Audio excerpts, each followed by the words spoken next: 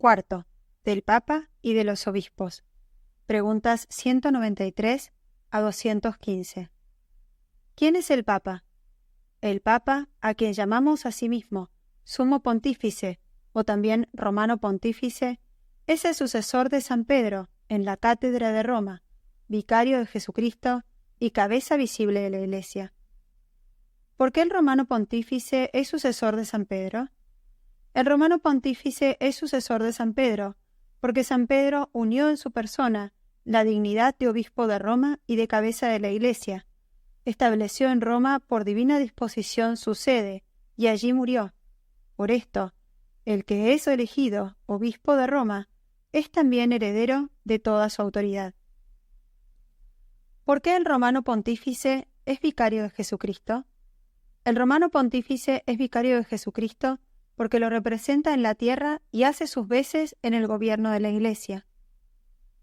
¿Por qué el Romano Pontífice es cabeza visible de la Iglesia?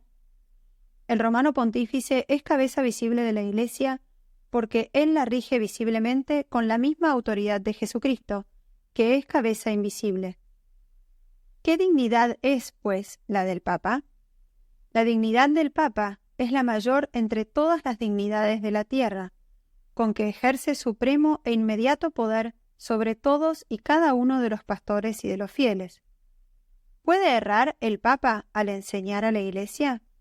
El Papa no puede errar, es decir, es infalible en las definiciones que atañen a la fe y a las costumbres.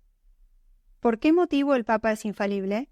El Papa es infalible por la promesa de Jesucristo y por la continua asistencia del Espíritu Santo. ¿Cuándo es infalible el Papa? El Papa es infalible solo cuando en calidad de pastor y maestro de todos los cristianos, en virtud de su suprema y apostólica autoridad, define que una doctrina acerca de la fe o de las costumbres debe ser abrazada por la Iglesia universal. ¿Qué pecado cometería el que no creyese las solemnes definiciones del Papa? El que no creyese las solemnes definiciones del Papa, o aunque solo dudase de ellas, pecaría contra la fe, y si persistiese obstinadamente en esa incredulidad, ya no sería católico, sino hereje. ¿A qué fin ha otorgado Dios al Papa el don de la infalibilidad? Dios ha otorgado al Papa el don de la infalibilidad para que todos estemos ciertos y seguros de la verdad que la Iglesia nos enseña. ¿Cuándo definió la Iglesia que el Papa es infalible? La Iglesia definió en el Concilio Vaticano I que el Papa es infalible, y si alguien presumiese contradecir a esta definición, sería hereje y excomulgado. ¿Ha establecido la Iglesia alguna nueva verdad de fe al definir que el Papa es infalible? No, la Iglesia no ha establecido ninguna nueva verdad de fe al definir que el Papa es infalible, sino solamente ha definido, para oponerse a los nuevos errores, que la infalibilidad del Papa, contenida ya en la Sagrada Escritura y en la tradición, es una verdad revelada por Dios y por consiguiente ha de creerse como dogma o artículo de fe. ¿Cómo debe portarse todo católico respecto al Papa? Todo católico debe reconocer al Papa como Padre, Pastor y Maestro universal y estar unido con él de entendimiento y corazón.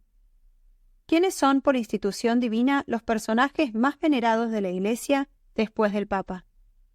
Los personajes más venerados de la Iglesia después del Papa son por institución divina los obispos. ¿Quiénes son los obispos? Los obispos son los pastores de los fieles, puestos por el Espíritu Santo para gobernar la Iglesia de Dios en las sedes que se les han encomendado, con dependencia del Romano Pontífice. ¿Qué es el obispo en su propia diócesis?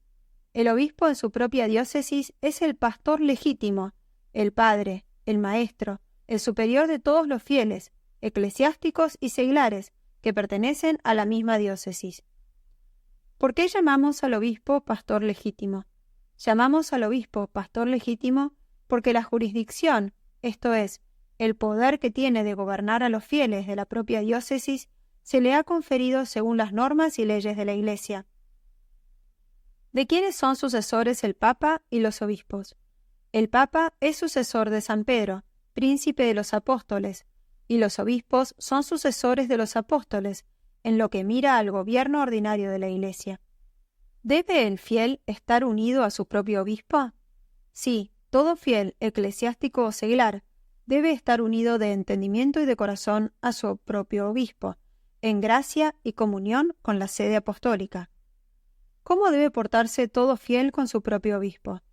Todo fiel, eclesiástico o seglar, debe reverenciar, amar y honrar a su obispo y prestarle obediencia en todo lo que se refiere a la cura de almas y al gobierno espiritual de la diócesis. ¿De quién se ayuda el obispo en la cura de almas?